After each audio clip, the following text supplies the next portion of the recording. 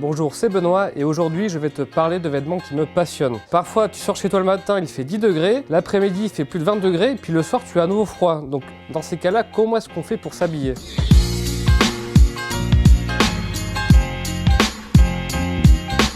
Attention, ceci n'est pas une vidéo pour s'habiller en été. Pour ça, je te conseille de voir notre vidéo sur comment s'habiller en été. Comme d'hab, je te la mets en description et là on va vraiment s'intéresser à une météo variable pour que tu n'aies plus jamais trop froid le matin ou trop chaud l'après-midi. Ça ne va pas te surprendre, mais le conseil de base c'est évidemment de jouer sur les couches. Donc les couches de vêtements, évidemment, le layering. Donc toutes les recommandations que je vais te donner découlent de ça, à savoir avoir des couches de vêtements légers pour que l'air puisse circuler quand il fait chaud et te tenir chaud quand il commence à faire froid. C'est ça le secret pour faire face aux températures du printemps avec style, il n'y a vraiment rien d'autre. J'aimerais ensuite te parler d'une pièce aussi évidente que pratique pour faire face au changement de température, c'est évidemment le sweat en coton.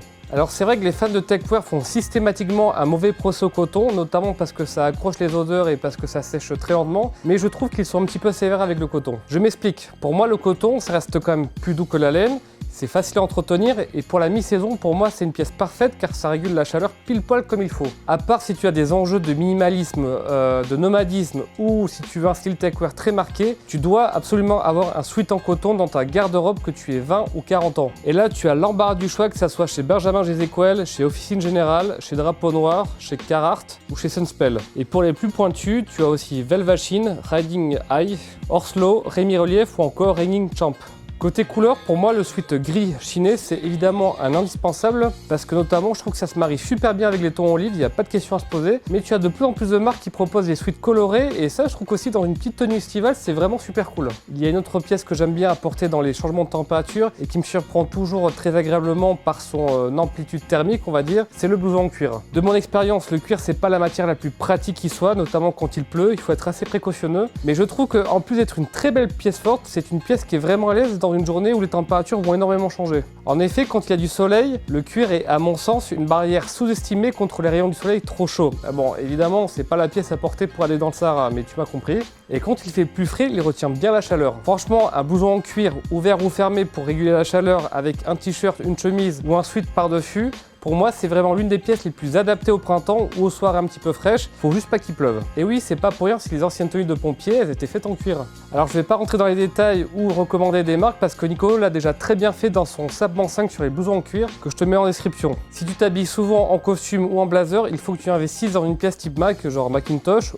ou Trench. C'est la pièce parfaite à porter quand il fait trop chaud pour porter ton manteau par-dessus ton costume ou quand il fait trop froid pour sortir juste en costume, sans rien. Chez Drapeau Noir, j'aime bien leur Mac en tissu de chez Olmetex. C'est un fabricant italien spécialisé dans les tissus 100% coton, très résistants à l'eau. Dans leur lookbook, tu trouveras des exemples de tenues vraiment cool.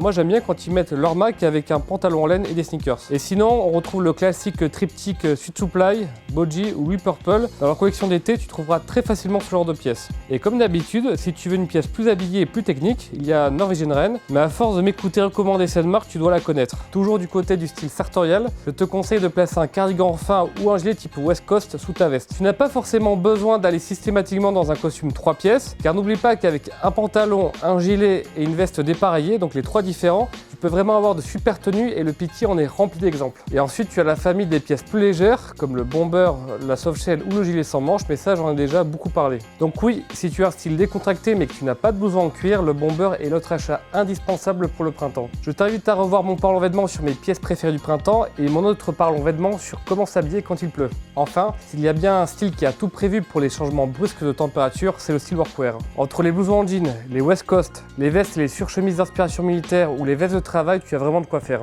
La marque japonaise Horslow propose aussi de magnifiques vestes militaires, mais les prix grimpent beaucoup en Europe. Du coup, regarde aussi chez Uniqlo, même si ce n'est pas une marque workwear, la marque propose quand même pas mal de vêtements légers adaptés à la mi-saison. Sinon, entre Arpenteur, Bleu de Paname, Universal Works ou Engineered Garment, tu trouveras facilement ton bonheur pour te faire une belle tenue avec du layering. Et si tu es à Paris, la boutique Jinji est spécialisée dans ce style. Si ça tenait qu'à moi, je te conseillerais donc une veste d'inspiration militaire, un blouson en jean et éventuellement gilet sans manches. Avec ça, que tu aies un sweat, une chemise ou un t-shirt, tu as pas mal de possibilités, c'est très flexible en termes de combinaison de tenues. Le workwear, c'est vraiment un sujet qui est très vaste, je pourrais faire une vidéo voire même plusieurs entières sur le sujet. Du coup, j'ai envie de te conseiller plusieurs choses si tu as envie d'aller plus loin. En premier, je te conseille le compte Instagram de Clément de Crafted Paris, qui est vraiment bourré d'inspiration et de nouvelles marques workwear à découvrir. Ensuite, je te conseille le site edels.com qui est un peu le bonne gueule du workwear, c'est en anglais mais c'est très facile à lire. Et enfin, notre article sur le style workwear.